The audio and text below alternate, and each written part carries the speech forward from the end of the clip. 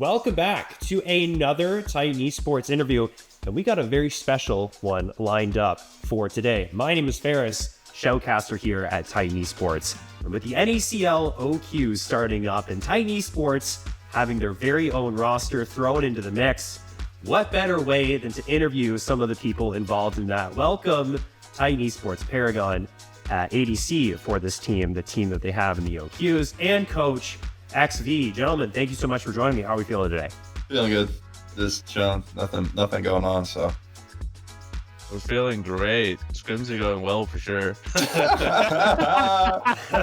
Something like that. That sounded really confident right there. It sounds like things have been going fantastic for you guys. But at the very least, I mean, so you guys are still in it. You're still kicking.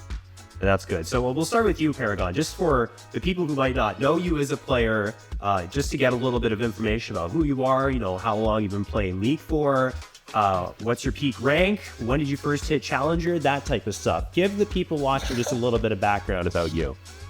Yeah, I mean, I'm Paragon, 22, been playing League since like season 3. Nice.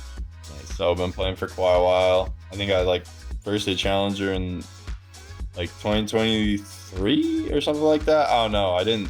There's the first probably 10 years, not 10 years, but first 8 years I played the game. I didn't really focus on climbing solo queue, so I just played with friends. And then peak rank, I think I hit 980 LP, which is top 50 at the time. So nice. I mean, that's fantastic. Yeah. So obviously, I mean, for those of you that don't know, most people that play in the OQs are quite talented players. And so you can see, yeah, top 50, that's pretty insane, my man.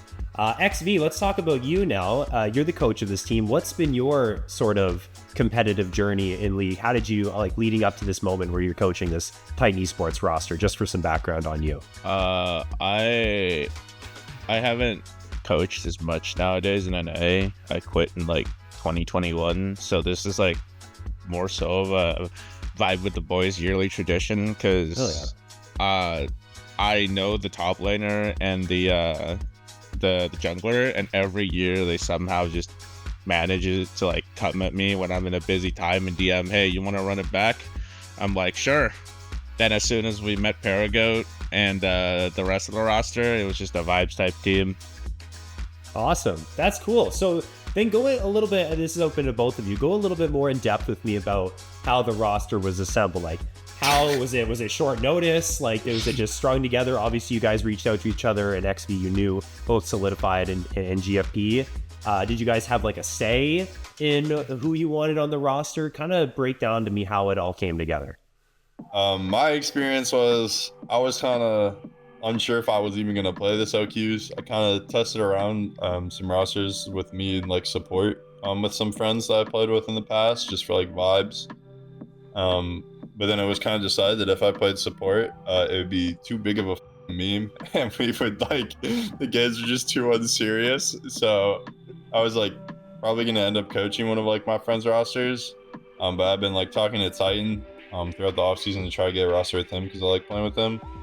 And I randomly DM'd him. I was like, yo, by the way, probably no roster or anything gonna happen, because I hadn't messaged him about it in forever. And he was like, oh yeah, I went to DM you. We need an ADC for tonight. I was supposed to DM you to try out. Can you come play? And I was like, yeah, sure. It was 15 minutes before the scrim. Oh my gosh. So then I tried out, and then I was like, okay. And this was the roster was already set by the time I was there. So okay. And here I am. What about you, XV? What was your experience like? They assembled the roster already, except they were gonna give 2 other ADCs aside from Paragon a fair tryout. And then I came in super late, after the roster was already assembled. First week of scrims, it was the most horrendous thing known to man. It was let's just say there was a noticeable lack of disorganization as a roster. It was the most atrocious thing with how they approach games. It was 90% vibes, 10% efficiency, and the random laughs. It still happens, but it's not as bad. And they tried out 2 different ADCs aside from Paragon. It was also the most awful thing, because our team just did not mesh well with those two ADCs. Like, one of them was decent. The other, I wasn't there for tryouts until like I heard what happened, and turns out Paragon was just the best fit for the team because it was just very, very great with the vibes. We're just a chill type of team. Hell yeah, chill type of team. I like that nickname too, Paragon. We'll be calling you that on broadcast Yeah, bro. some of your games again. I think I was calling you Origin in some of your games just because that was Yeah, that's because the account I had to register because it's off solo queue ranking. Is my Origin account because it's GM, and my like main account is not GM. So. Nice. But yeah, I mean that's interesting though. So kind of like a vibes team. So then I'll give this question to you here, XV. Since you're the coach, you know, you talk about the team was 90% vibes, like 10% serious or whatever. Things were all over the place. Obviously, you guys, you know, you've already beat some pretty formidable teams, I guess. Like we'll talk about that. Bro, we beat one team. Yeah. We'll talk about that later. But what's it been like, kind of getting this team or like coaching this team to a point where you guys are like kind of getting towards that locked-in state? Well, what's it been like? Has it been difficult? I mean, Paragon's laughing, so kind of talk to me about that. Yeah, I don't think we've reached that state. Scrims are going well. Sometimes I think they're playing NFL instead of scrims with how much they throw the football. I think let's just say Paragon has two identities. He's when he's 1v9, like he's Paragon. When he's just running it down, it's Paragon. We got to see both of them in last scrim session. It was a fun experience.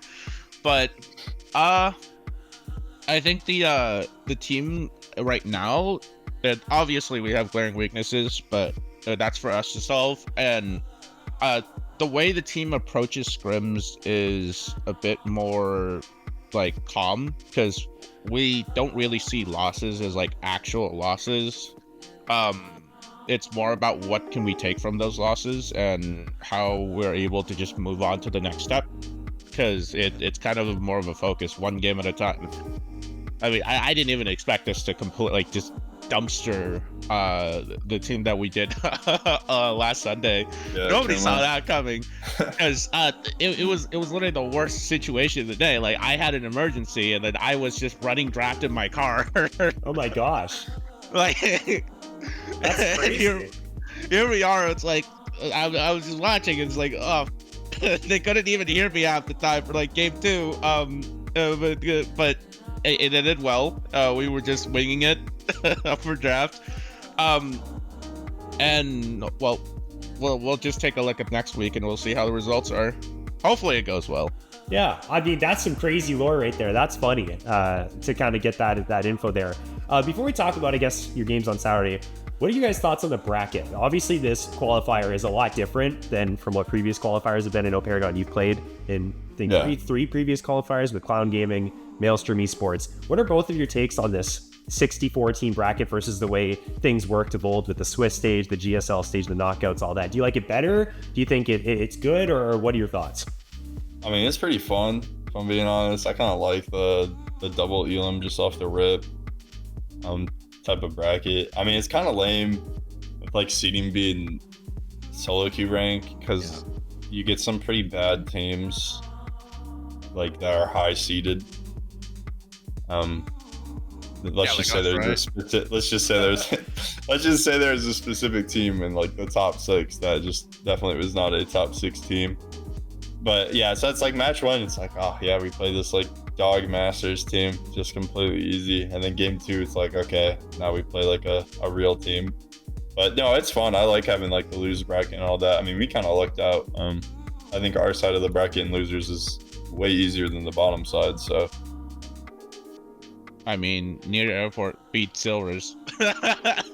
Yeah, that was pretty bad. Yeah, no ranked restriction is well, it was an interesting choice, but it got for some meme games, some kind of fun stuff. So now we'll actually get into your matches. Obviously, you guys played Vancouver Impact, the start game, just like you said, Paragon. I mean, you guys are just better. 2-0, kind of clap your hands together and it's all good. Then you take the the next match is against Pepe Lala. So talk to me about that matchup. So what went wrong there? Kind of break down to me what happened in that one. What didn't go wrong is really the true thing there. No, we played really bad. I don't even know that.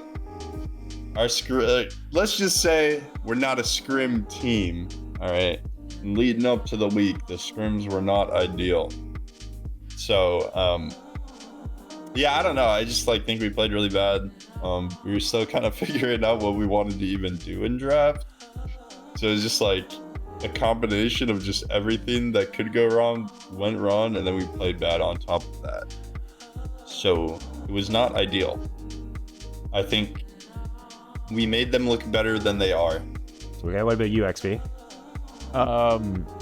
From what I saw, if we were if OQ started just a week before, I think it would have been either a 1-2 or a 2-1 for us or them.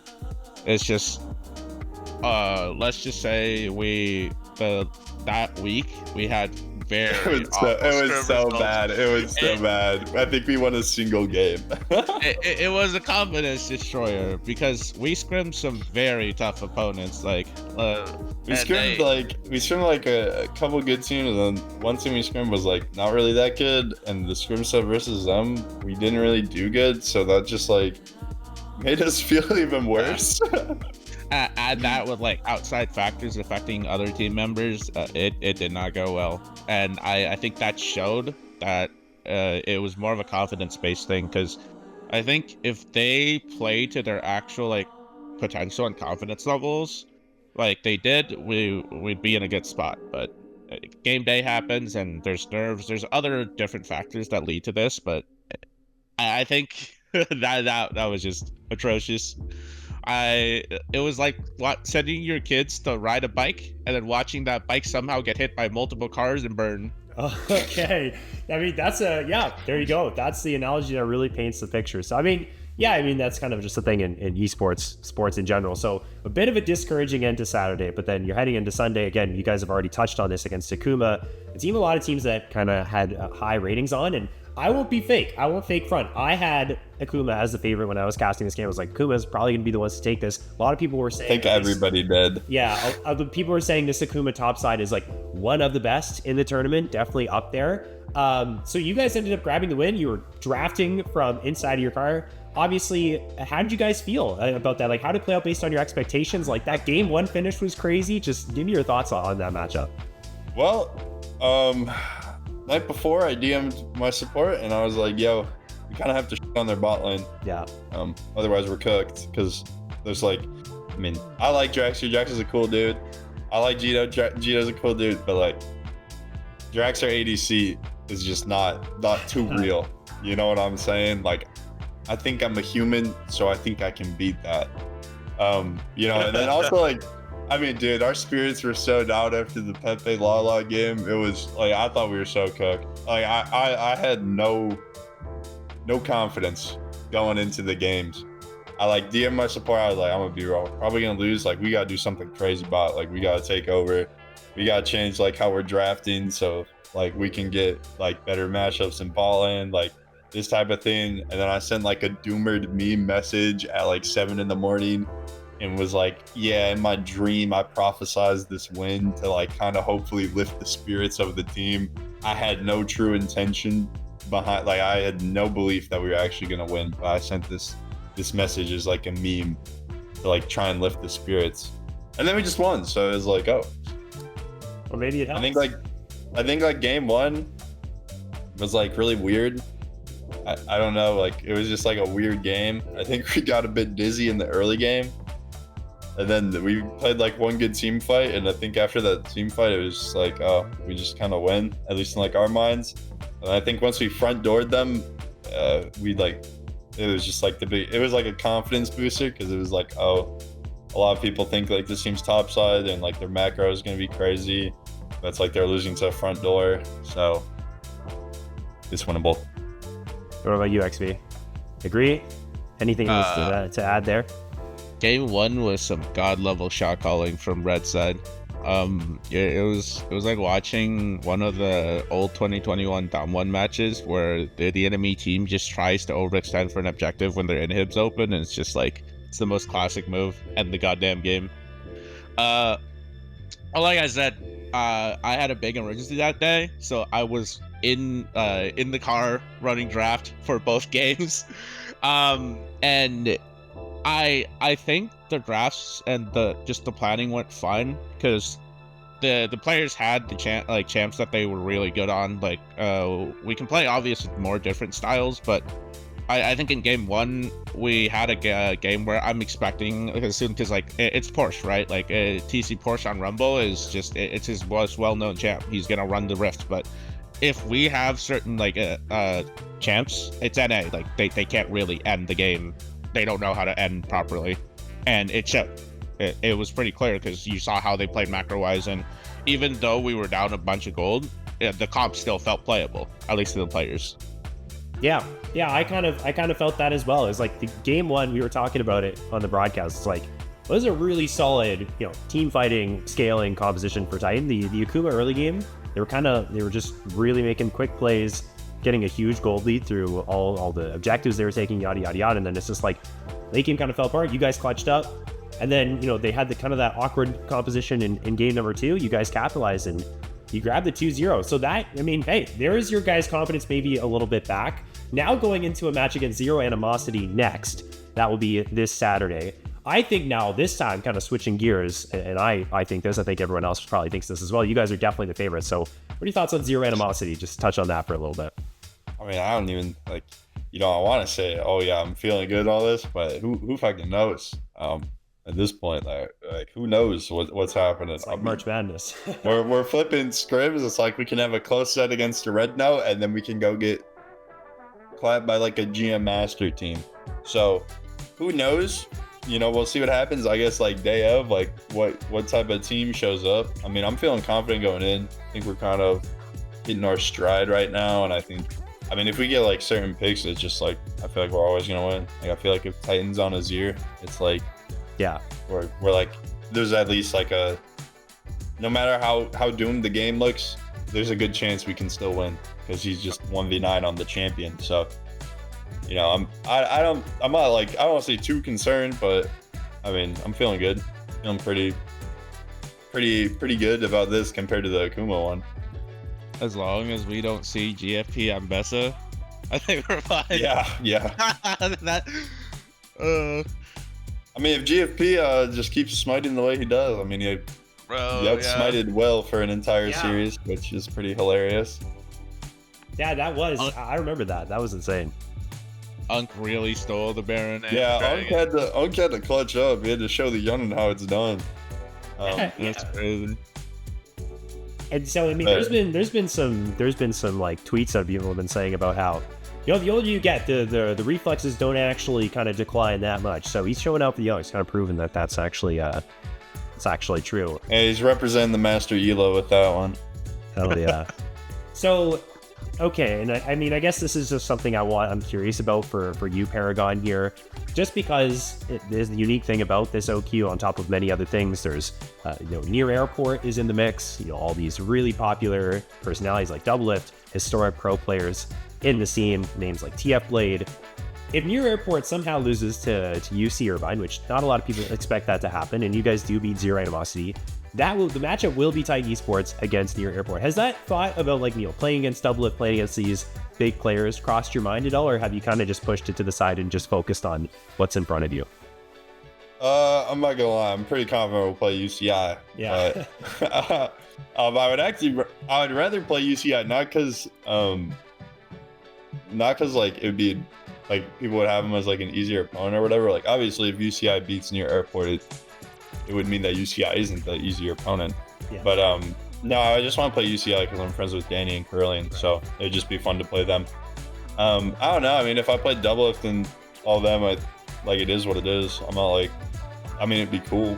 I watched growing up. Obviously I watch Doublelift as like a 15-year-old kid. So like for most NA ADCs, like when you think of like, oh, who is like the ADC that you like loved, everybody's gonna say Doublelift. I mean, for me, I liked like Piglet or like Vasily a lot more because they were just like super aggro in your face. Turns out they were like completely trash human beings, but that tends to be a theme with ADCs that I like, sadly. So hopefully that'll change in the future. Hopefully Ruler doesn't turn out to be a trash human. Yeah, hopefully not. But yeah, no, I mean, it'd be cool. But I mean, if they're playing against us, it's like, hey, I mean, this is just like the actual unction at this point, bro. Like our average team age is like 23. So, but yeah, it'd be fun though. I mean, obviously Doublelift like isn't as good as he used to be. Like he probably hasn't cared about the game enough to be good. He could probably still be really good if he wanted to, but I don't think he cares about it that much at this point. So, I mean, it'd be cool. Yeah, I think that's about. I think you kind of hit the nail on the head there. It'd be like a cool little thing to have happen, but obviously it's not like. Obviously, I mean, it'd feel pretty doomered. I'm being honest. You felt doomered before, so you never know. You never know. It'd feel a bit more doomered on this one, I think. And don't tell I Will Dominate that you're a Piglet fan, because that he would absolutely crash out. Salty Runback, shout out Salty Runback, had you guys ranked. They did a little tier list of all the teams in the OQ and kind of ranked them from like which day they would finish. They had you guys ranked in day 3 hard stuck tier, so they thought you're going home this upcoming day number 3. And Quest Hodgins also had you guys as ranked 28 in the entire tournament. What do you guys think about those ratings? Bro, okay.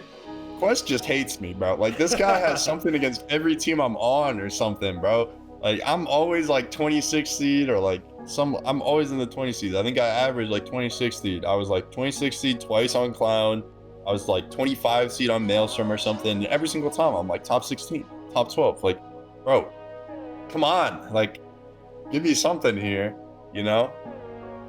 I did message Grapes though when I did see the tier list. Yeah. Because also in the tier list, like the tiers, right? Like that day 3 hard stuck, he is at the bottom of the day 3 hard stuck.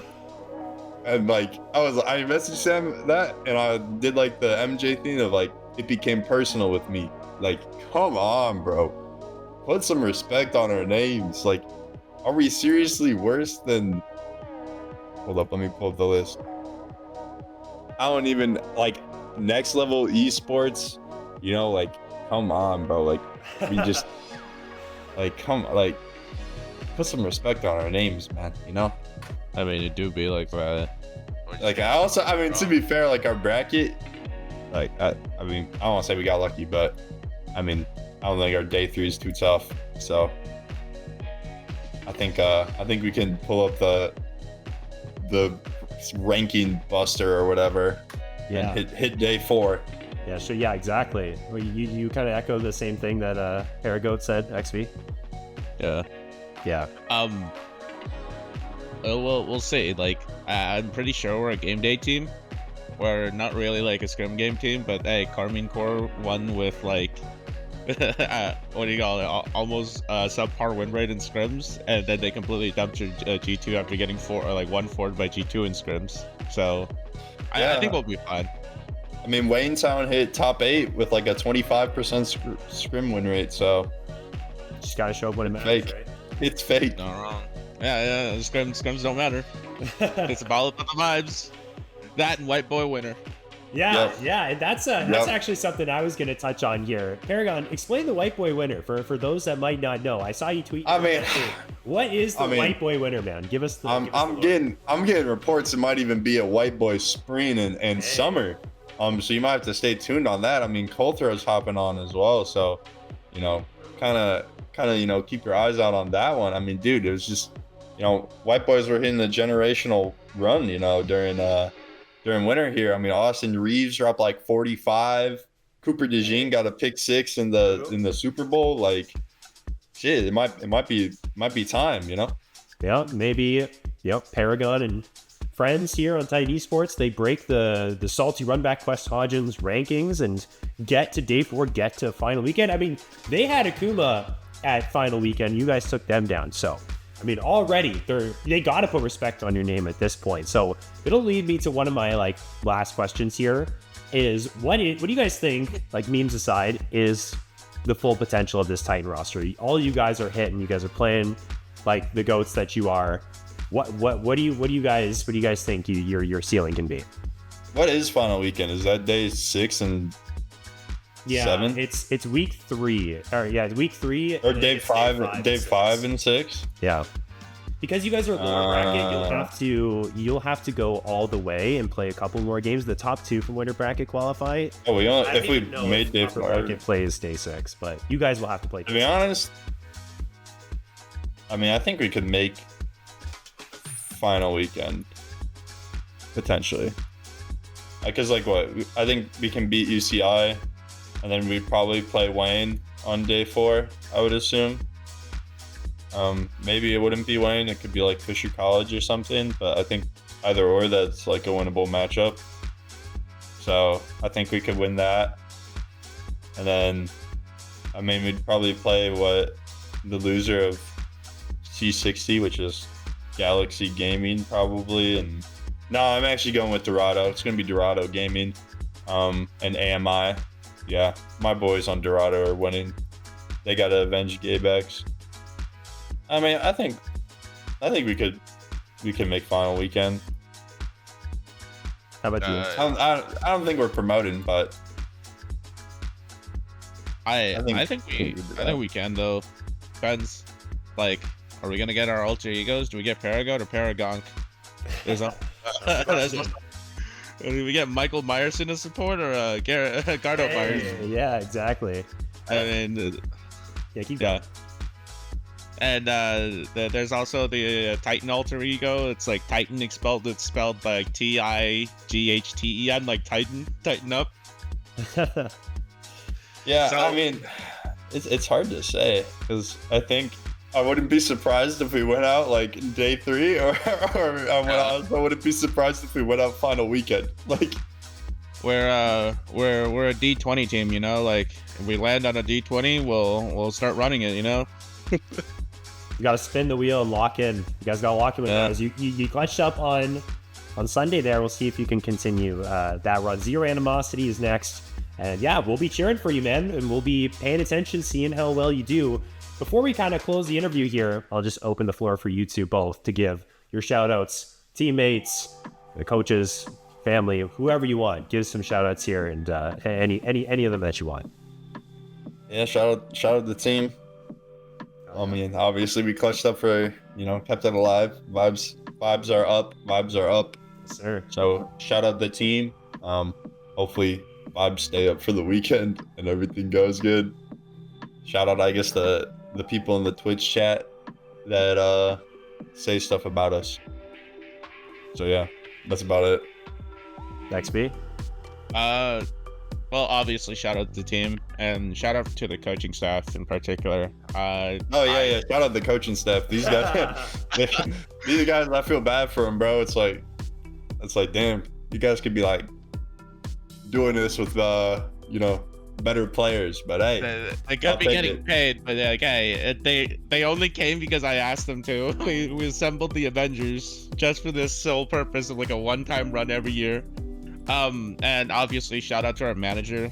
Like, the team would not be the team without her. Yeah, shout out Tammy. I'm sorry for not reading the schedule chat.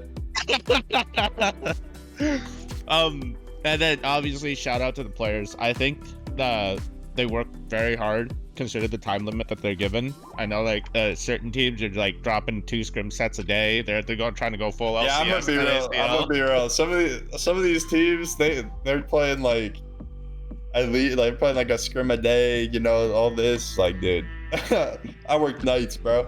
I just can't put in the time that other people put in. So, and then half the time is just me running draft in like my lab room, or just me running draft in the car. It's like, okay, guys, I'm hard stuck traffic.